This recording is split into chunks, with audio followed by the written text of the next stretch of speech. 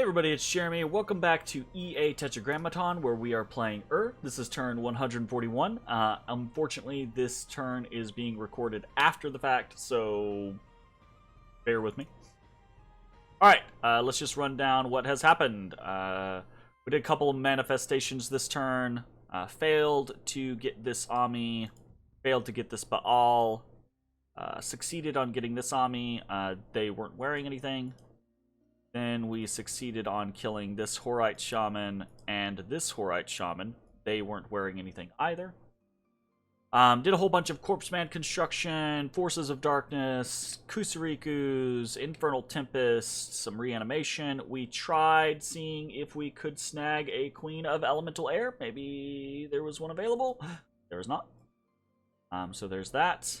And some Lichcraft. And that's pretty much it for the rituals. Did some blood hunting, and then we have a couple of different battles. We have attacked Caves of Madness, where we won fighting PD. We took Halamire. We witnessed a battle in Cloudcap Spires, where a little group of undead from Lanka takes out some PD from Hinnom, and then we bump with that group with a Vampire Lord. We are defeated soundly, but we do retreat successfully to Comsath.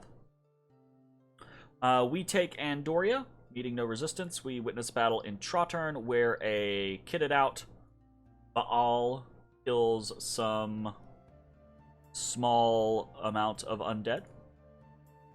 Nothing really big happening here.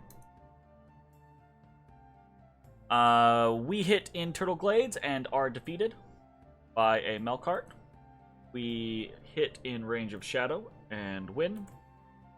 We witness a battle in Black Alps. We get hit in White Forest by Melkart, and then we attack in Troll Peaks and succeed.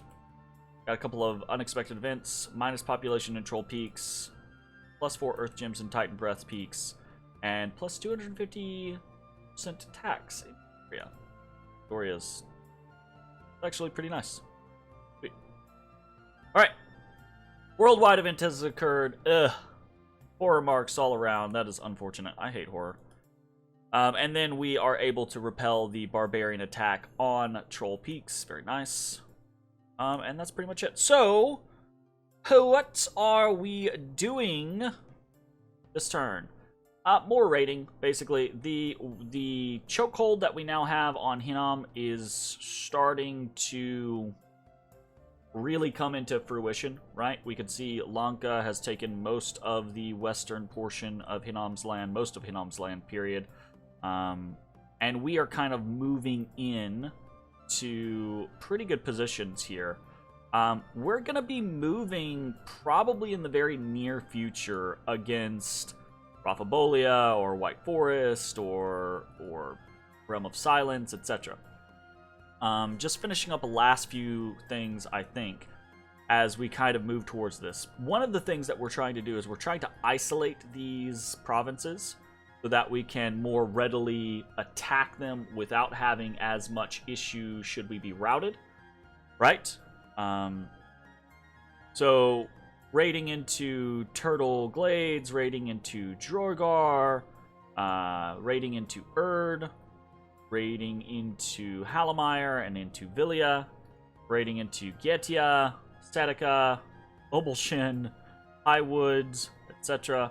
And then we've got a bunch of scouts and stealthy units, vampires sneaking around in various locations. So pretty simple stuff.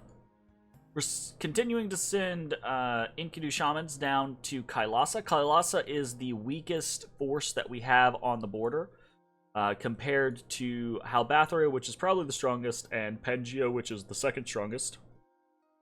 So we're continuing to try to reinforce down to Kailasa. If the general intent is to take Halbathria to Raphabolia, Pangea to White Forest, and Kailasa to Realm of Silence, we're going to need a little something for that to actually work out. And probably that little something is going to come in the form of Storm Demons or Fiends of Darkness, or both, right?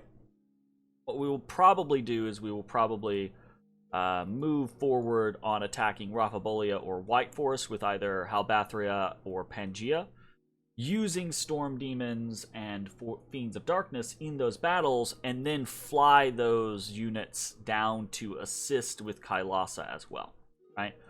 But we're gonna have to be a little careful. We can see Lanka is moving forces into position, right? And if he combines some of these forces, right? He's on Mictlan right now. If he takes this area and he's able to kind of like combine some forces and maybe take Hinam's capital or something like that, then he's going to be in a very good position to threaten these thrones. If he can threaten those thrones before we can, that's really bad. Got a very, very kind of like on the edge situation with the amount of thrones he has versus the amount of thrones I have. So we're gonna have to keep a good pulse of what is happening there. But fingers crossed.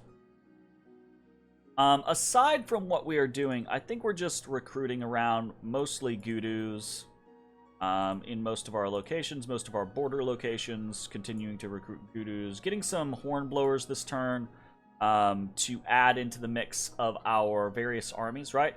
Getting Hornblowers to add an extra morale tick or pip is just, you know, easy money, basically. Continuing to blood hunt in our various locations. We're getting closer to having to move in Belagor. We are good for a while in Teneria, good for a long while in Perenna, good for a long while in Kohnberg, but Belagor is getting close. I think we're gonna probably head to Dershid next. So we'll have to see how that goes.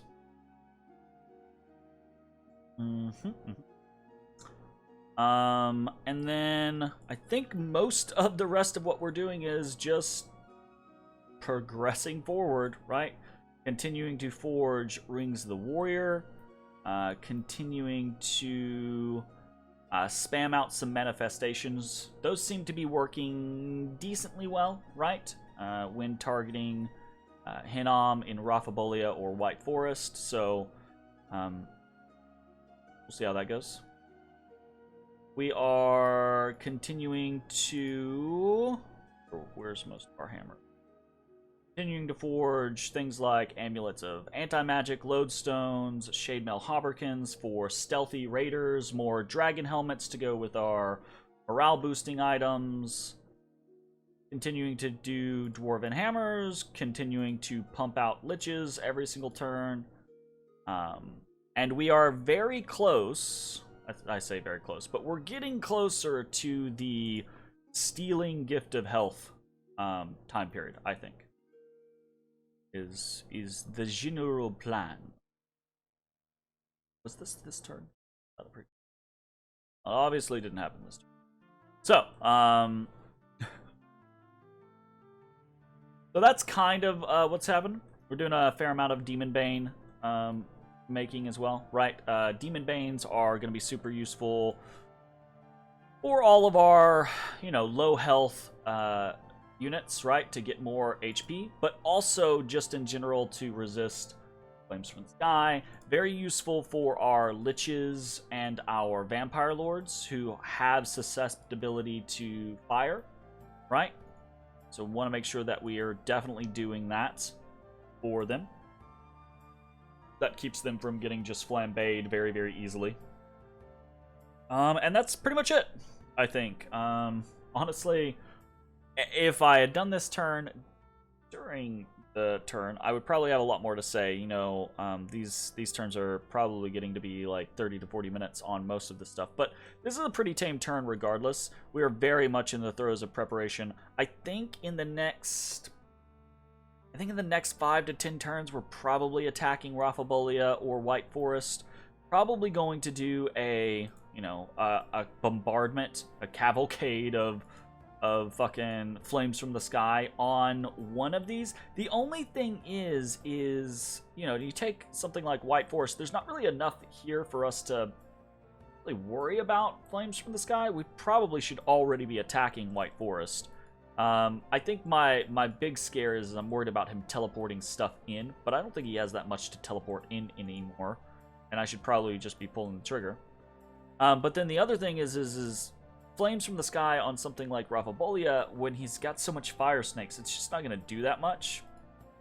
So, while Flames from the Sky is definitely on the menu, it might be something that we hold more for our back pocket against Lunka, as we are moving in to take White Forest, Ravabolia, and Realm of Silence.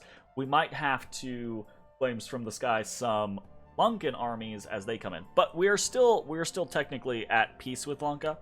I'm sure that is going to change in the very near future, especially when we are snagging Gift of Health, very likely. Anyways, that's going to be the end of this turn. Thanks for watching. I will see you next time. Bye-bye, everybody.